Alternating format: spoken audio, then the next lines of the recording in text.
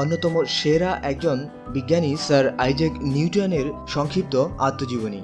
পৃথিবীর ইতিহাসে অনেকেই আছেন যারা বিজ্ঞানের অভূতপূর্ণ উন্নতি সাধন করেছিলেন, যাদের ভুল শুদ্ধ দিয়েই সাজানো হয়েছে বিজ্ঞানের ভিত্তি। তাদের মধ্যে একজন হলেন স্যার আইজ্যাক নিউটন। বিজ্ঞানের প্রায় প্রতিটি শাখায় যিনি গবেষণা করে গেছেন, বলা যায় তিনি যেখানে হাত দিয়েছেন সেখানে যেন রত্ন ফলেছে।